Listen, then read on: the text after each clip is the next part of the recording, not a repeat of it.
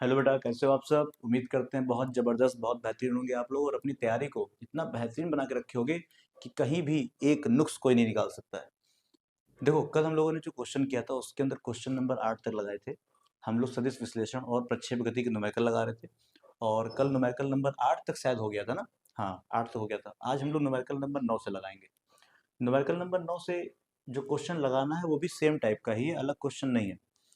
जैसे कल numerical number 8 तक सॉल्व किए थे वैसे ही लगाना है। और बेटा, आपको पता है कि क्वेश्चंस न्यूमेरिकल्स कितने इंपॉर्टेंट हैं बोर्ड एग्जाम के लिए।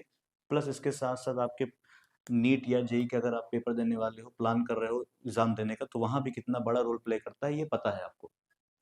अगर इन क्वेश्चंस को हम लगा लेते हैं तो हमारा काम 50% कम हो जाएगा अपने कंपटीशन के लेवल पे। ठीक है, तो आज हम लोग बेटा क्वेश्चन नंबर 9 से लगाने वाले हैं, क्योंकि 8 तक का क्वेश्चन तो आप पूरे तरीके से बाजी मार चुके थे। और न्यूमेरिकल नंबर 9 हम लगाएंगे आज, जिससे कि हमारी प्रिपरेशन को एक कदम और आगे बढ़ाया जा सके। ठीक है, देखो क्वेश्चन नंबर 9 क्या कह रहा है। क्वेश्चन नंबर 9 कह रहा है पी का वह मान ज्ञात कीजिए जिसके लिए दो वेक्टर, वेक्टर ए बराबर 2i plus 2j plus P cap, vector A बराबर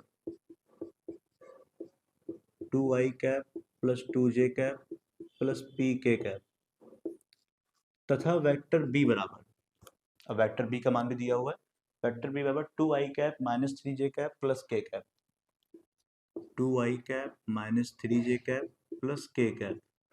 अब के क्या कुछ नहीं लगा तो एक लगा होगा। परस्पर लंबवत है। कह रहा है अगर वेक्टर ए ये दिया हुआ है, वेक्टर बी ये दिया हुआ है और दोनों ही परस्पर लंबवत हैं, तो बताइए पी का मान क्या होगा। तो देखो, सबसे पहले एक बात आप ये बताओ बेटा, अगर दो वेक्टर परस्पर लंबवत होंगे तो परस्पर लंबवत होने पर उनका मान क्या निकल के आता है, जीरो। कल ही आपने देखा था कि अगर थीटा बराबर 90 हो जाए, 90 का मतलब लंबवत, तो उस समय हमारा ए डॉट बी क्या आता है, जीरो आता है। तो अब देखो बेटा, ए का मान यहाँ रखो, जहाँ पे ए लिखा है वहां पे ए का मान रख दीजिए, 2i plus 2j plus P के कैप। फिर हम लगाएंगे डॉट और फिर बी का मान क्या रखेंगे, 2i माइनस 3j प्लस के कैप, और बराबर क्या लिखा हुआ है, जीरो। अब मैंने कल बताया था आपको कि हमेशा आई वाला आई से गुणा होता है, जे वाला जे से गुणा होता है और के वाला के से गुणा होता है। तो आई वाले को अगर आई से गुणा करेंगे, दो दूनी चार, और आई आई जानते हैं स्क्वायर होकर के 1 बन जाता है, तो आई जे के नहीं लगाना है। अच्छा, यहाँ पे 2 को हम 3 से गुणा करेंगे तो -6, और p को हम यहाँ 1 से गुणा करेंगे तो p कम p बराबर जीरो। अब आप जानते हैं 6 में से 4 घटाएंगे तो -2 बचेगा बेटा, बराबर जीरो। तो यहाँ से p बराबर, अगर इस -2 को उधर भेजें तो क्या हो जाएगा, प्लस में हो जाएगा। तो बस यही हमारा आंसर है।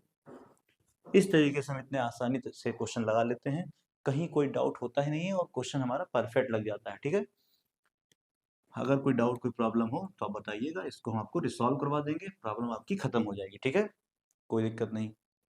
चलिए हम लोग देखते हैं अगले क्वेश्चन पे। अगला क्वेश्चन यानी कि क्वेश्चन नंबर 10।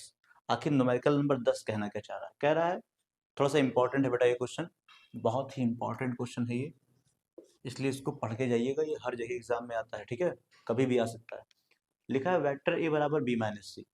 कह रहा है आपसे कि वेक्टर ए बराबर B minus C.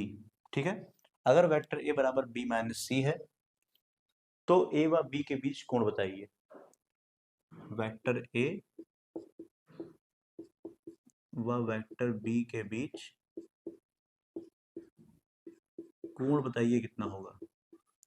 Vector A व वेक्टर बी के बीच कोण निकालना है। तो देखो बेटा, ये बताओ यहाँ पे वेक्टर ए बराबर कितना दिया हुआ है, तो आप कहेंगे वेक्टर ए बराबर दिया हुआ है vector B minus vector C. अगर यहाँ से सी बराबर निकालें तो आप कहेंगे सी इधर आएगा, तो ए कहाँ जाएगा उधर, तो vector B minus vector A. तब अगर बेटा ये सी का मान ये निकल गया है तो मैं आपसे बोलूँ कि vector C dot vector C निकालो, मतलब सी को 2 बार गुणा करो, तो सी को 2 बार गुणा करोगे सी का मान कितना है, तो बी माइनस ए। तो ये 2 बार लिखे हो तो ये भी 2 बार लिख दोगे। अब सी और सी क्या हो जाएगा, सी स्क्वायर। अब बी को ए से गुणा करो तो बी स्क्वायर बन जाएगा। फिर बी को ए से करो तो आप कहेंगे vector A dot vector B, फिर ए को यहाँ करो तो प्लस माइनस माइनस, फिर वेक्टर ए और बी से करेंगे डॉट वेक्टर बी, और ए को ए से करेंगे तो माइनस माइनस प्लस, तो ये ए स्क्वायर। अब ये देखो बेटा, ये सी स्क्वायर लिखा हुआ है, इस ए स्क्वायर को आगे लिख लें, कोई मतलब नहीं, आगे पीछे चाहे जहां लिख सकते हो, A square plus B square और माइनस ए डॉट बी और माइनस ए डॉट बी क्या हो जाएगा, -2 vector A dot vector B. अच्छा, इस -2 vector A dot vector B को इधर ले आओ तो प्लस में हो जाएगा 2 vector A dot vector B, और A square plus B square, और ये सी स्क्वायर उधर जाएगा तो क्या बन जाएगा, -c स्क्वायर। आपको पता है बेटा कि ए डॉट बी का मतलब होता है ए बी कॉस थीटा, और यहाँ पे थीटा ए और बी के बीच का कोण है जो हमको निकालना था, तो ये आ गया आपका A square plus B square minus C square.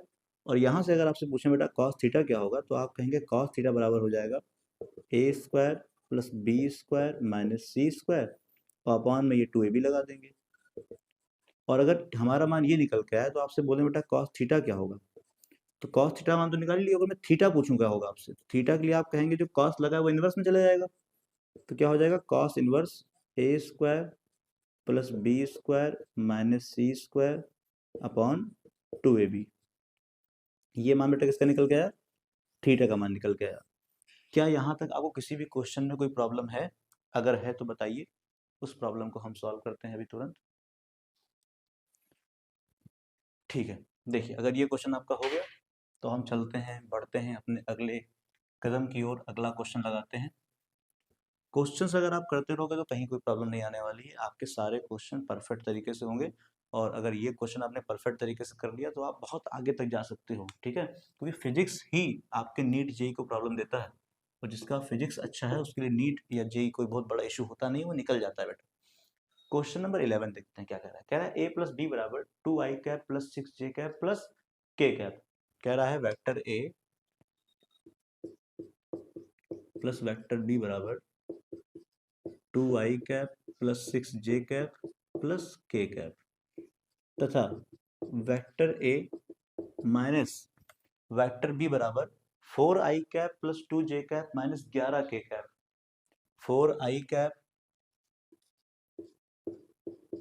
Plus 2j cap minus 11k cap, ये दिया बेटा। तो कह रहा है कि तो दो सदिशों vector A vector B mod में है, तो मॉड का मतलब परिमाण, तो मतलब वेक्टर ए का परिमाण वेक्टर बी का परिमाण के मान तथा उनका अदिश गुणनफल, मतलब आपको क्या क्या निकालना है, सबसे पहले आपसे बोल रहा है मॉड के अंदर वेक्टर ए निकालो, इसका मतलब परिमाण होता है, मॉड के अंदर वेक्टर बी निकालो, और आपसे कह रहा है कि vector A dot vector B का अदिश गुणनफल निकालिए। अब देखो सबसे पहले हम ए और बी तो निकाल लें वेक्टर में, जब ए और बी निकालोगे तब तो उसका परिमाण निकालोगे। अगर इसको मान लें समीकरण 1 और इसको मान लें समीकरण 2, तो हम कहें समीकरण 1 व 2 को जोड़ने पर, बेटा समीकरण 1 व 2 को जोड़ने पर अगर देखें तो आप कहेंगे देखो पहले तो लिखा हुआ है vector A plus vector B बराबर 2i cap plus 6j cap plus k cap, और vector A minus vector B बराबर दिया हुआ है 4i cap plus 2j cap minus 11k cap. इसको ऐसे लिखिए। अच्छा जोड़ना है तो ए और ए कितना हो जाएगा 2a कैप, ये कट जाएगा।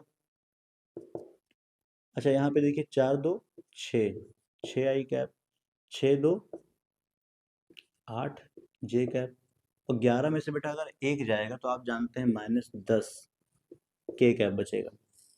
अच्छा ये बताओ ये 2a कैप लिखा हुआ है, अगर इन तीनों में से हम दो कॉमन कर लें, बाहर दो निकाल लें तो क्या बचेगा 3i cap plus 4j cap minus 5k cap, 2 से 2 क्या हो गया कट गया, तो वेक्टर ए बराबर क्या आ गया 3i cap plus 4j cap minus 5k cap. ये किसका मान निकल गया है बेटा, वेक्टर ए का मान निकल गया। अच्छा वेक्टर ए निकल गया तो हम लिखें वेक्टर ए का मान, वेक्टर ए का मान समीकरण 1 में रखने पर, समीकरण 1 में अगर रखेंगे बेटा वेक्टर ए का मान, तो देखो जहाँ ए लिखा है वहाँ ए का मान रख दो 3i cap plus 4j cap minus 5k cap बराबर प्लस लगा दो, प्लस बी क्या लिखा है, तो बी को तो ऐसे लिख देना है। अब यहाँ बी का मान क्या लिखा, देखो उसके आगे क्या लिखा हुआ है, 2i कैप, फिर क्या लिखा है प्लस 6j कैप और प्लस के कैप।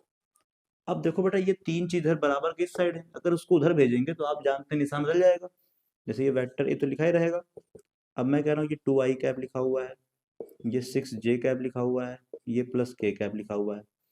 अब ये 3i कैप उधर जाएगा तो क्या हो जाएगा, माइनस में हो जाएगा। 4j कैप उधर जाएगा तो क्या हो जाएगा, माइनस में हो जाएगा। और ये -5k के उधर जाएगा तो क्या हो जाएगा बेटा, प्लस में हो जाएगा।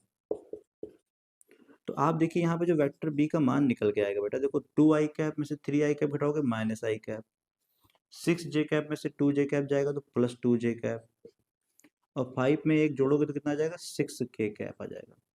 तो ये तो हमने यहाँ पर देखो ए और बी का मान निकाल लिया, कोई दिक्कत नहीं, इतना हो गया। और फिर हमने यहाँ भी हल करके इसका मान निकाल लिया कि ये कितना होगा। ठीक, क्या यहाँ तक कोई प्रॉब्लम, कोई समस्या किसी को है, कोई समस्या नहीं होगी। अब अगर आपसे मैं बोलूँ बेटा कि बताओ मॉड ए क्या होगा, मॉड बी क्या होगा, जैसे मैं आपसे कह रहा हूँ कि बताओ बेटा यहाँ पर ये परिमाण कितना होगा, तो आप कहें परिमाण की कोई समस्या नहीं है, रूट लगाओ, ऐसे लगाओ। और देखो यहाँ पे वेक्टर ए का मान आई क्या क्या लिखा, 3, तो 3 का स्क्वायर, फिर 4 का स्क्वायर प्लस -5 का स्क्वायर, ऐसे 3 का स्क्वायर प्लस 4 का स्क्वायर और प्लस -5 का स्क्वायर। तो आप कहेंगे बेटा इस तरीके से करने पर हमारा जो मान आएगा, तो 3 का स्क्वायर 9 होता है, 4 का स्क्वायर 16 होता है और 5 का स्क्वायर 25 होता है। तो आप कहेंगे इस तरीके से 25 + 25, दो 16 9 25 और 25 और 25 कितना हो गया, 50। ये हमारा क्या आ जाएगा बेटा, आंसर आ जाएगा। अच्छा अब हमसे पूछा है बताओ मॉड बी क्या होगा, तो मॉड बी निकालना, फिर से रूट लगाएंगे। अब देखो बी में देखो यहाँ आई के आगे कुछ नहीं तो क्या है, 1 है, -1 का स्क्वायर क्योंकि माइनस लगा हुआ है, यहाँ पे देखो 2 तो 2 का स्क्वायर और प्लस फिर देखो ये 6 का स्क्वायर। अब आपको पता है बेटा देखो, आप जानते हो ये बात कि 1 का स्क्वायर तो 1 ही होता है, 2 का स्क्वायर 4 होता है और 6 का स्क्वायर 36 होता है। तो यहाँ से वेक्टर बी का मान निकल के आएगा 36 4 40 और 40 और 1 41। तो इस तरीके से हम लोग सेकंड आंसर भी अपना निकाल लेते हैं। क्या यहाँ तो कोई डाउट है, कोई प्रॉब्लम है, कोई प्रॉब्लम नहीं है। अच्छा ये हो गया। अच्छा इसके बाद अगर आपसे एक बात और बोला है उसने, आपसे कहा है उसने कि ए डॉट बी क्या होगा, तो ए डॉट बी अगर निकालना है तो हमको ए और बी का मान तो पता ही है, ए पता है और बी पता है। तो आप कहेंगे देखो बेटा अगर ए डॉट बी निकालना होगा तो ए का मान कितना है, देखो 3i cap plus 4j cap -5k cap, फिर क्या लगाओगे, डॉट लगाओगे और डॉट लगा क्या लिख दोगे, ये -i cap plus 2j cap और प्लस 6k कैप। अब आपको पता है कि हमेशा आई वाला आई से गुणा होता है, जे वाला जे से होता है और के वाला के से होता है। तो इसका 3 किससे गुणा होगा, -1 से, 3 एकम 3 और माइनस में है तो -3 है कि नहीं। ऐसे ही 4 किससे, जे से, जे के आगे यहाँ 2 लगा है तो 4 दूनी 8 प्लस में रहेगा, -5 को 6 से करेंगे तो माइनस, तो ये आ जाएगा 30। तो vector A dot vector B करने पे आप जानते हैं कि अगर यहाँ पे हटाएं तो 8 में से 3 घटाओगे 5 बचेगा और ये -30 है।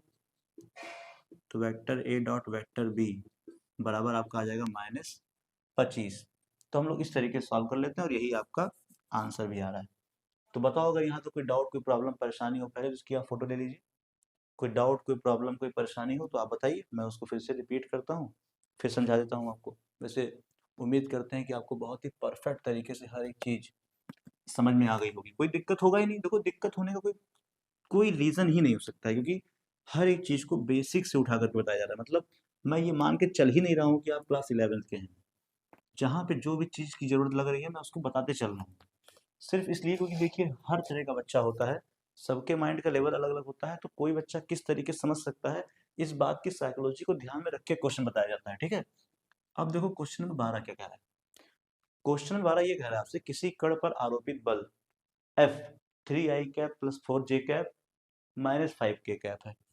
F यानी कि आप बल, बल एक जानते हो सदिश राशि होती है, 3i cap plus 4j cap -5k cap दिया हुआ है, ये बल है। न्यूटन बल से विस्थापित S बराबर 5i cap plus 4j cap plus 3k cap. जो S है आपका वो भी, अब विस्थापन भी आप जानते हैं सदिश राशि होती है, तो 5i cap plus 4j cap plus 3k cap ये दिया गया है। ठीक है, तो आपसे बोल रहा है मीटर है उत्पन्न करता है, ज्ञात कीजिए। नंबर 1, बल द्वारा किया गया कार्य। देखो दो पार्ट है, सबसे पहले बोल रहा है बल द्वारा किया गया कार्य। अब देखो बेटा, आपको पता है तो अच्छी बात है, नहीं पता है तो परेशान नहीं होना, क्योंकि अभी आगे हम लोग कार्य चैप्टर पढ़ने ही वाले हैं, वहां पे आ जाएगा। कार्य एक अदिश राशि होती है, इसका मान होता है vector F dot vector S. किसी वस्तु पे बल लगाने से जो विस्थापन होता है उसे क्या बोलते हैं, कार्य बोलते हैं। ठीक है, तो W बराबर एफ डॉट एस। अब W यहाँ पे अदिश राशि इसलिए इसको वेक्टर नहीं लगाएंगे। तो आपसे पूछा कार्य क्या होगा, तो W बराबर, अब देखो एफ का मान कितना दिया है, लिख दो यहाँ पे 3i cap plus 4j cap minus 5k cap, dot लगा दिए। अब देखो यहाँ पे S का मान कितना दिया है, 5i cap plus 4j cap plus 3k cap. आप जानते हो कि i वाला i से गुणा होगा, j वाला j से, k वाला k से। 3 बचे तो आप कहेंगे 15, 4 चौक तो आप कहेंगे 16, 5 3 15 तो -15। अब देखो ये प्लस में 15, ये -15, तो कार्य कितना आ गया बेटा, 16। और आप जानते हैं कार्य का मात्रक होता है जूल, तो यहाँ पे आंसर क्या आ जाएगा, 16 जूल। ठीक है, अब अगले पार्ट में बोल रहा है बल F तथा विस्थापन S के बीच कोण बताइए। अब देखो बल F तथा विस्थापन के बीच कोण बताना है, तो आपको पता है देखो बेटा यहाँ पर कि अगर हम F का परिमाण निकालें, तो परिमाण निकालोगे तो क्या लिखोगे, देखिए F का परिमाण 3i कैप निकालना है, तो आप कहेंगे 3 का स्क्वायर प्लस 4 का स्क्वायर प्लस माइनस 5 का स्क्वायर। अब आप जानते हो बेटा यहाँ पर कि 3 का स्क्वायर 9 आ जाएगा, 4 का स्क्वायर 16 आ जाएगा, 5 का स्क्वायर 25 आएगा। तो यहाँ पे वेक्टर F निकल के आएगा आपका 16, 25 और 9, आपका हो जाएगा ये 50। कोई दिक्कत नहीं, बिल्कुल सही है। अच्छा, ऐसे ही अगर हमको S का निकालना हो परिमाण तो क्या होगा, तो आप कहेंगे ऐसे लगाएंगे, रूट लगाएंगे। अब यहाँ देखो ये 5 का स्क्वायर प्लस 4 का स्क्वायर प्लस 3 का स्क्वायर, तो आप कहोगे यहाँ पे जो मान निकल के आएगा, 5 का स्क्वायर 25, 4 का स्क्वायर 16 और प्लस 3 का स्क्वायर 9, तो आपका यहाँ पे वेक्टर एस भी कितना निकल के आ जाएगा, √50। अब देखो आपने पढ़ा है कि एफ डॉट एस हो जाएगा एफ एस कॉस थीटा, और एफ डॉट एस का मान देखो डब्ल्यू होता है, और डब्ल्यू का मान कितना निकाला आपने, 16, तो यहाँ 16 लिख दो। अच्छा, एफ का मान कितना निकाला आपने, देखो 50, ये परिमाण होता है ना। एस कितना निकल के आया, परिमाण, तो ये भी 50 लिख दो। और कॉस थीटा यही कोण निकालना है हमको, तो आप जानते हो बेटा यहाँ पे देखो रूट के अंदर है पहली बात तो 16 और √50 को √50 से गुणा करेंगे तो 50 एक बार बचेगा। अगर इस 50 को बटे में ले आए तो आप कहेंगे 16/50 बराबर कॉस थीटा। इसको काटो जरा, काटो 2 से, 2 अठे 16 और ये जाएगा 25। तो यहाँ पे कितना मान आ गया निकल बेटा, आपका मान निकल के आया 8/25। अच्छा, यहाँ पे अगर आप देखो कॉस थीटा बराबर कितना आया है, 8/25, तो थीटा कितना हो जाएगा, तो कहेंगे आप कॉस इनवर्स 8/25। जैसे इनवर्स उधर भेज दिया, कॉस इनवर्स हो गया, 8/25 हो गया। तो इस तरीके से हम कर लेते हैं। ठीक है, बढ़िया क्वेश्चन था, थोड़ा दिमाग लगाने वाला क्वेश्चन था, तो इसको आप इस तरीके से हल कर सकते हो। उम्मीद करते हैं कि आपको समझ में आया होगा बढ़िया से, कहीं कोई डाउट, कहीं कोई प्रॉब्लम नहीं रही होगी। ठीक है, हम लोग चलते हैं अपने अगले क्वेश्चन के ऊपर। अगला क्वेश्चन बहुत बढ़िया क्वेश्चन है और आपको आराम से समझ में आ जाएगा, कोई दिक्कत होगी ही नहीं करने में। ठीक है, अब क्वेश्चन नंबर बारी है 13 की। क्वेश्चन नंबर 13 क्या कह रहा है, देखिए क्वेश्चन नंबर 13 कह रहा है कि वेक्टर ए बराबर -3i cap -6j cap -2 cap, सब माइनस में है। वेक्टर ए बराबर -3i cap -6j cap -2k cap. एक बार देख लेते हैं सही लिखा है कि नहीं। -3i cap -6j cap -2k cap, ठीक है। b बराबर i cap plus 2j cap -2k cap, b बराबर i cap plus 2j cap -2k cap, यही है ना। ठीक है, ये हो गया। तो कह रहा तो ज्ञात कीजिए वेक्टर ए का परिमाण और ए डॉट बी। कह रहा है वेक्टर ए का परिमाण ज्ञात करो और ए डॉट बी का मान बताओ। अब देखो वेक्टर ए का परिमाण ज्ञात करना तो बहुत आसान है, वेक्टर ए लगाओ ऐसे, और परिमाण के लिए आपको तो रट चुका होगा अब तक कि -3 का स्क्वायर प्लस -6 का स्क्वायर प्लस -2 का स्क्वायर। तो वेक्टर ए बराबर निकालोगे, 3 का स्क्वायर 9 हो जाएगा, 6 का स्क्वायर 36 हो जाएगा और 2 का स्क्वायर 4 आ जाएगा। तो आप कहेंगे यहाँ पे वेक्टर ए आपका आ जाएगा कितना, 36 4 40, 40 4 49, और आप जानते हैं कि 49 जो होता है रूट होता है किसका, 7 का होता है, तो आपका आंसर आ जाएगा यहाँ पर 7। अब सेकंड पार्ट बोला है आपसे कि ए डॉट बी क्या होगा, तो आपको पता है बेटा vector A dot vector B. अब वेक्टर ए का मान कितना दिया है, -3i cap -6j cap -2k cap, फिर डॉट लगाओ। वेक्टर बी का मान कितना दिया है, देखो i cap +2j cap -2k cap. अब vector A dot vector B, -3 एकम -3, अब 6 जे वाला जैसे करेंगे, -6 दूनी -12, और -2 को -2 से करेंगे तो कितना आ जाएगा, +4।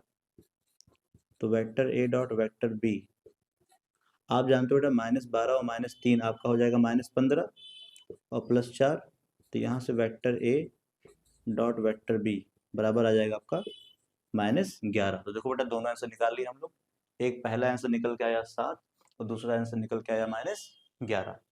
कितना आसान सा क्वेश्चन है, कुछ करना ही नहीं इसमें, आप बस थोड़ा सा दिमाग लगाइए। ये तो रिपीटेड क्वेश्चन आ गया आपका बिल्कुल, इस तरह क्वेश्चन तो आप पहले लगा के आ चुके हो। आपके लिए तो ऐसे क्वेश्चन बहुत आसान बन गए होंगे, क्योंकि अब इनके लेवल में वो बात नहीं रहेगी जो आपका लेवल है। आपका लेवल इससे ऊपर उच्च कोटि का हो चुका है, तो उच्च कोटि के लेवल पे तो ये सब चीज़ें बहुत आसानी से हो जानी चाहिए, कोई दिक्कत होनी ही नहीं चाहिए आपको, है ना। अब देखिए मैं क्वेश्चन नंबर 14 क्या बोल रहा है, वेक्टर ए बराबर -2i cap +3j cap +k cap, vector I बराबर -2i कैप, वेक्टर ए बराबर -2i cap +3j cap +k cap, ये दिया हुआ है। अब आपसे बोल रहा है वेक्टर बी बराबर i cap +2j cap -4 cap k cap, i cap -2j cap +4k cap. देखिए क्या बिल्कुल वही मान लिखा है जो आपको दिख रहा है, या कुछ अलग मान है, तो आप कहेंगे बिल्कुल सही मान। क्या, तो ए व बी के बीच कोण बताइए, क्या निकालना है, थीटा निकालना है। बेटा थीटा निकालना है, तो आप कहेंगे अगर हमको थीटा निकालना है तो एक काम करो, सबसे पहले vector A dot vector B निकालो। तो vector A dot vector B निकालोगे तो आप कहोगे ये 2i कैप, ए का मान 3j कैप +k कैप, फिर डॉट लगा दिए, बी का मान कितना हो जाएगा, i cap -2j cap +4k cap. अब देखो vector A dot vector B, अब देखो यहाँ पे आई वाला आई से गुणा होता है, तो -2 को 1 से गुणा करेंगे तो -2 ही आएगा, 3 दूनी -6, और 1 को 4 से करेंगे तो 4 एकम 4, बिल्कुल आसान सी बात है, होगा या नहीं होगा। एक बात देख लेते हैं, चलो क्या क्या लिखा हुआ है। यहाँ पर लिखा हुआ है -2i cap +3j cap +k cap, ठीक है, -2i cap +3j cap +k cap, फिर लिखा हुआ i cap +2j cap -k cap, तो हमने ये भी लिख लिया, i cap -2j cap +4k cap, i cap +2j cap है, देखो यहाँ पर क्या लिखा हुआ है, +2j कैप, और ये कितना है, देखो ये लिखा हुआ है आपका माइनस, कोई दिक्कत नहीं, इससे होगा क्या हमारा, ये प्लस में हो गया, ये माइनस में आ जाएगा। इससे बेनिफिट ये होगा हमारा, देखो कि अब -2 को यहाँ गुणा करेंगे, 2 एक कम 2 हो गया, माइनस में आएगा, 3 को 2 से कराएंगे 3 दूनी 6 हो जाएगा ना, 3 दूनी 6, और यहाँ 1 को कराएंगे -4, तो क्या हो जाएगा, ये -4। अब देखो -4 और -2 कितना हो गया, -6, और ये +6 है, तो आप जानते हैं यहाँ पे इसका मतलब जो ये आपका vector A dot vector B निकल के आया, वो कितना निकल के आया, 0, शून्य। और 0 कब आता है, अतः वेक्टर ए व वेक्टर बी क्या होंगे, लंबवत होंगे। जब लंबवत होंगे तो लंबवत होने की कंडीशन में आप जानते हैं कि थीटा का मान कितना हो जाता है, 90, क्योंकि आपने पढ़ा है कि ए डॉट बी 0 तभी आता है जब कोण कितना होता है, 90 डिग्री का होता है। तो इस तरीके से हम लोगों ने इसका मान भी निकाल लिया। क्या यहाँ से कोई दिक्कत, कोई समस्या? कोई समस्या नहीं होगी मुझे लगता है। तो अब चलते हैं बेटा क्वेश्चन नंबर नेक्स्ट के ऊपर। यहाँ थोड़ा सा प्लस माइनस का क्वेश्चन में था, इसलिए मैं कहता हूँ क्वेश्चन आप भी देखा करिए एक बार कि क्वेश्चन आखिर रहता क्या है, क्या बोल रहा है, क्या कहना चाह रहा है। इससे क्या होता है, एरर की संभावना, अपने पहला चैप्टर ये पढ़ा है एरर, है ना, त्रुटि, तो त्रुटि की संभावना कम हो जाती है। अब देखो क्वेश्चन नंबर 15 कह रहा है वेक्टर एफ बराबर 3i cap plus 2j cap plus 4k cap. Vector F बराबर 3i cap plus 2j cap plus 4k cap, ये आपको बल का मान दिया हुआ है। अच्छा, बल का मान न्यूटन, एक बल किसी कण के d बराबर 5i cap plus 3j cap plus 2 cap पे, 5i कैप